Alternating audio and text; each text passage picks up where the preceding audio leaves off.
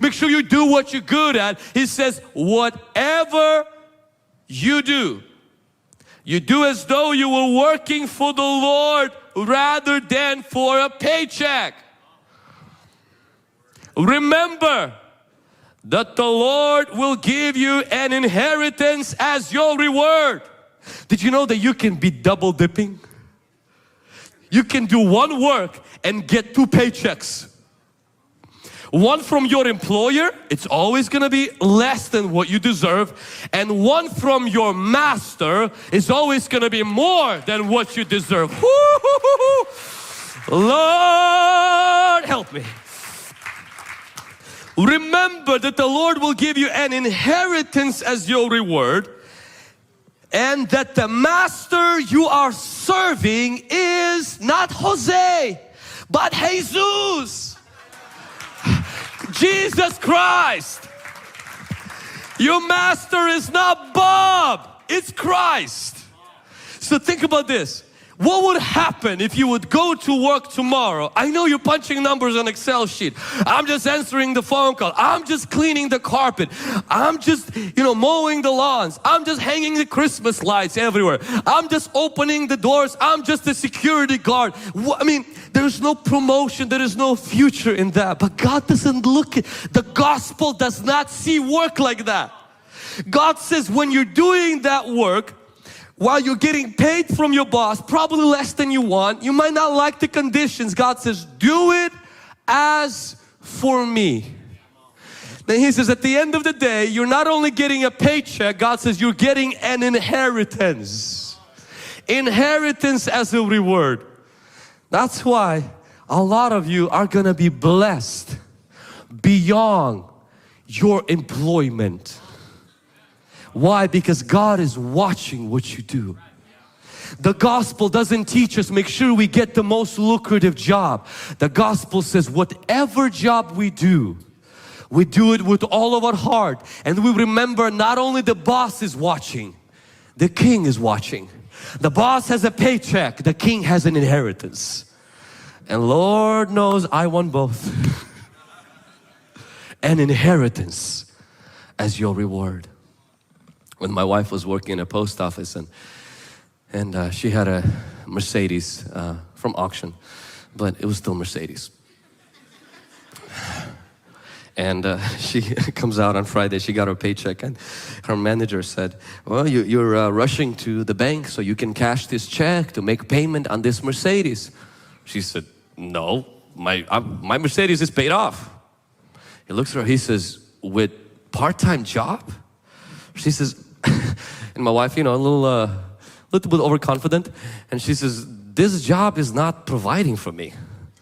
I'm just doing this because I have time. She's like, what I drive, what I wear doesn't come from post office. She's like, it comes from my husband.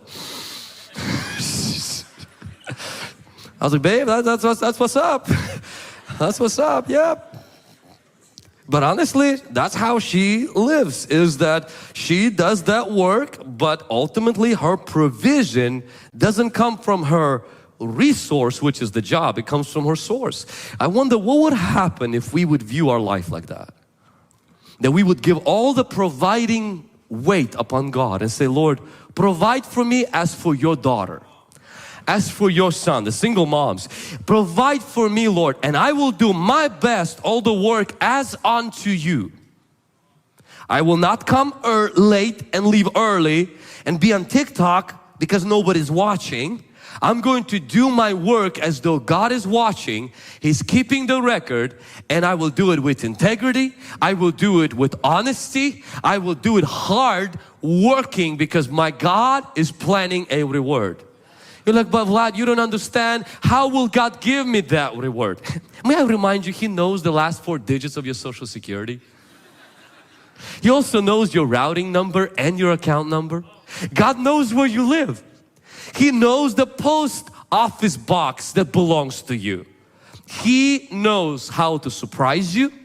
He knows how to send that inheritance your way. He knows how to protect you from things that will cost you money.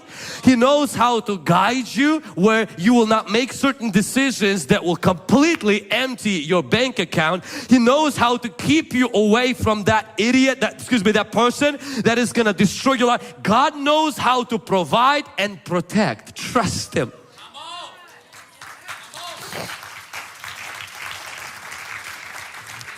The gospel. See, why the gospel is crazy is because it teaches me that my work has to be done with an eye toward obedience, not toward the paycheck.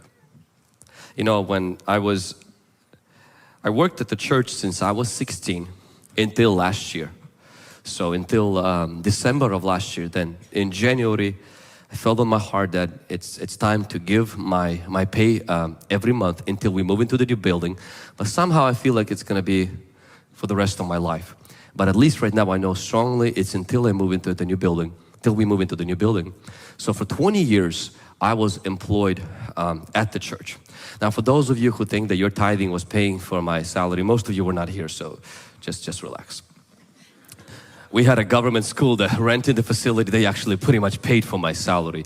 It was a small salary. I one time compared it.